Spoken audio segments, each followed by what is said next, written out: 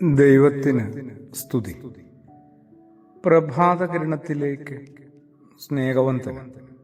ഭാഗം 1948.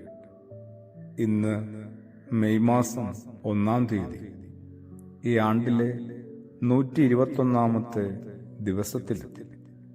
അങ്ങനെ 5-ാം മാസത്തിന്റെ ആരംഭമായി. ഇന്ന് തൊഴിലാളി ദിനമാണ്. നെറ്റിയിലെ വിയർപ്പുകൊണ്ട് ഓരോരുത്തരും ജീവിക്കേണ്ടതിന് ഒന്നും കൂടി ആദരവോടെ ഓർത്തെടുക്കും. അധ്വാനിക്കുന്ന സകലരെയും കരങ്ങൾ കൂപ്പി വണങ്ങുന്നു. എല്ലാ ആദരവോടും എല്ലാ അർത്ഥത്തിലും. തൊഴിലുമായി ബന്ധപ്പെട്ട ഏറ്റവും നല്ല വിചാരം എന്താണ്?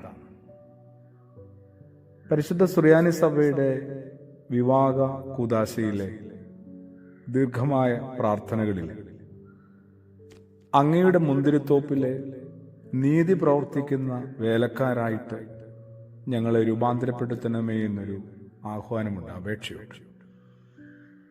എത്ര അർത്ഥവത്തായ ഒരു പ്രാർത്ഥനയാണ്! അങ്ങയുടെ മുന്തിരിത്തോട്ടത്തിലെ നീതി പ്രവർത്തിക്കുന്ന വേലക്കാർ, ശുശ്രൂഷകർ, ദാസരായിട്ട് ഞങ്ങളെ രൂപാന്തരപ്പെടുത്തണമേ. അത്തരമൊരു രൂപാന്തരീകരണം സത്യത്തിൽ ഞാൻ ആഗ്രഹിക്കുന്നുണ്ടോ? അതിനുള്ള അർഹത എനിക്കുണ്ടോ? യോഗ്യതയും ഒരുക്കവുമൊക്കെ? എവിടെയാണ് ദൈവം എന്നെ വിളിച്ചാക്കിയത്, അവിടെ ഏത് സ്ഥാനത്തായാലും, ഏത് സ്ഥലത്തായാലും, ഏത് തൊഴിലായാലും നീതി പ്രവർത്തിക്കുന്ന കർത്താവിൻ്റെ ഉത്തമനായ ഒരു ശുശ്രൂഷകൻ ആയി ഞാൻ മാറുന്നുള്ളൂ. പുതിയ നിയമം ആരംഭിക്കുന്ന പോലും യൗസേപ്പിന്റെ മേരിയുടെയും കുടുംബത്തെക്കുറിച്ചും കുടുംബ ജീവിതത്തെക്കുറിച്ചും കൂടി പറഞ്ഞില്ലേ? യേശുവിൻ്റെ വീടിനെക്കുറിച്ച്, വീട്ടുകാരെക്കുറിച്ച് പറഞ്ഞില്ലേ? അവിടെ നല്ലൊരു തൊഴിലാളിയായ യൗസേപ്പിനെ നമ്മൾ പരിചയപ്പെട്ടിട്ടുണ്ടോ? നീതിമാനായ യൗസേപ്പ്. എൻ്റെ നിങ്ങളുടെ ഒക്കെ ജീവിതത്തിൽ സമൃദ്ധിയായിട്ട് പലതും ഉണ്ടാവും. പക്ഷെ എന്തുമാത്രം നീതി ഉണ്ടാവും? കുറെ കൂടി നീതിബോധത്തോടുകൂടി ജാഗ്രതയിൽ ജീവിക്കാനായിട്ട് സാധിക്കും.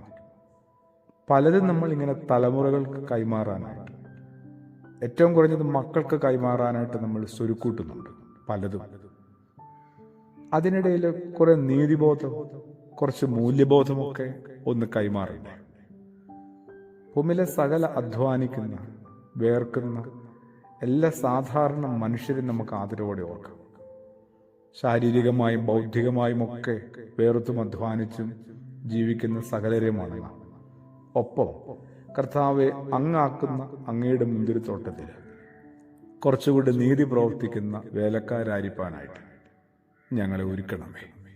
ആമേൻ.